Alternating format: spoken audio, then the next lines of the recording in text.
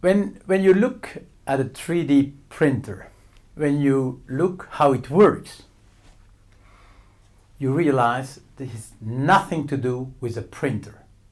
This machine doesn't print. So the question is, why is it called a 3D printer?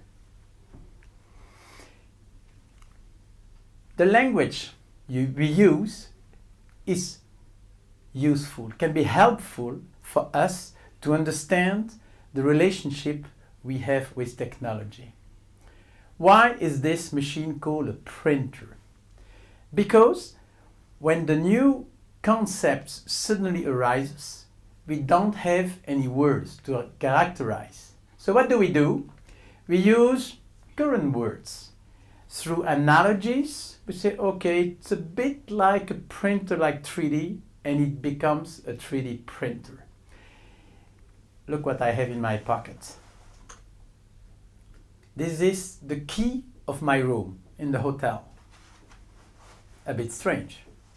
It has nothing to do with the key.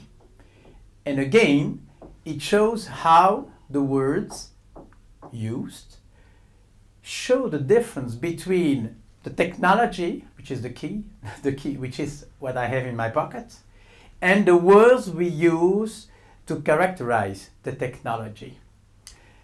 It looks like the language is always behind what's happening. And this is true. For example, I remember 20 years ago when suddenly we had like high-speed networks.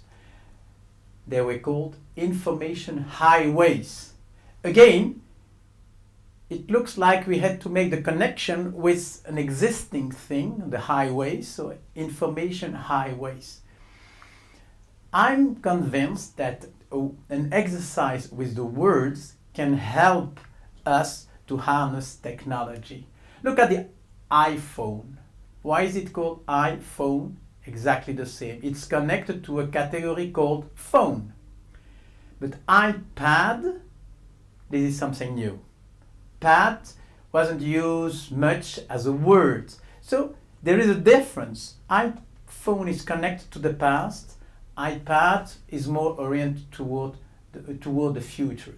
And just using new words can be an extraordinary exercise. And I can ask you, how would you call a 3D printer?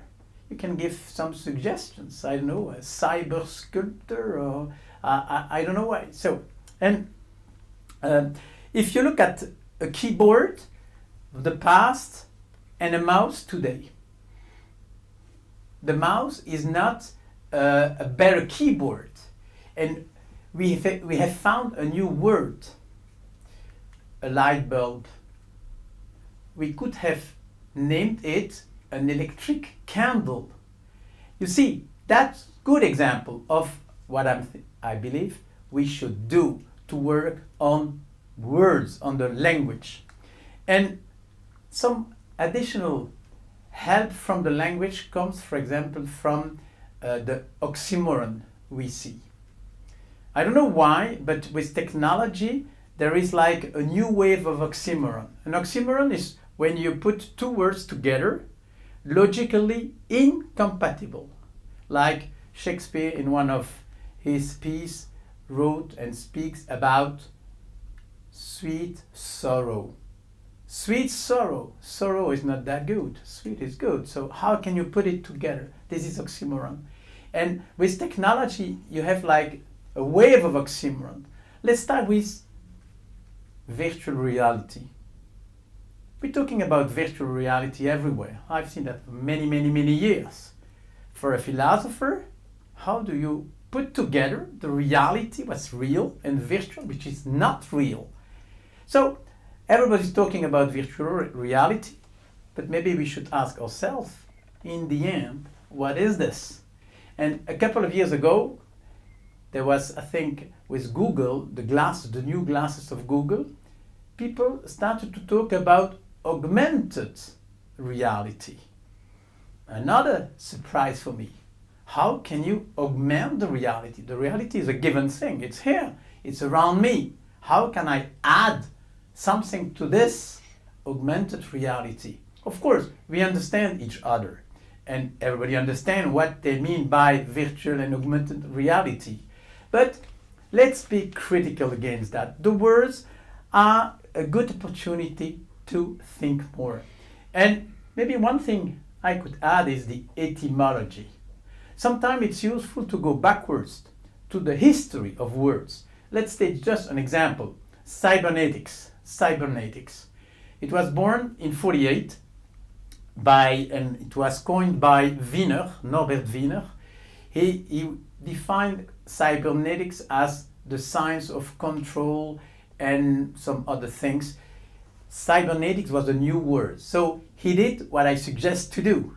But look, where does this word come from? It comes from Greek, kubernao. Kubernao, which means like drive, like a pilot. That's what gubernao, strange enough, it's connected to government and to governance. So isn't that surprising to see cybernetics and governance with the same ancestor as the words? So, and many, many other examples. So I could advise work on the vocabulary, on the words you use. Don't swallow the words like that. Each new word, each new machine should be an exercise of creativity. Another tip, question acronyms. For example, any kind, like 3M. 3M, famous innovative company, 3M. Do you know why 3M stands for? It's mining, manufacturing, and Minnesota.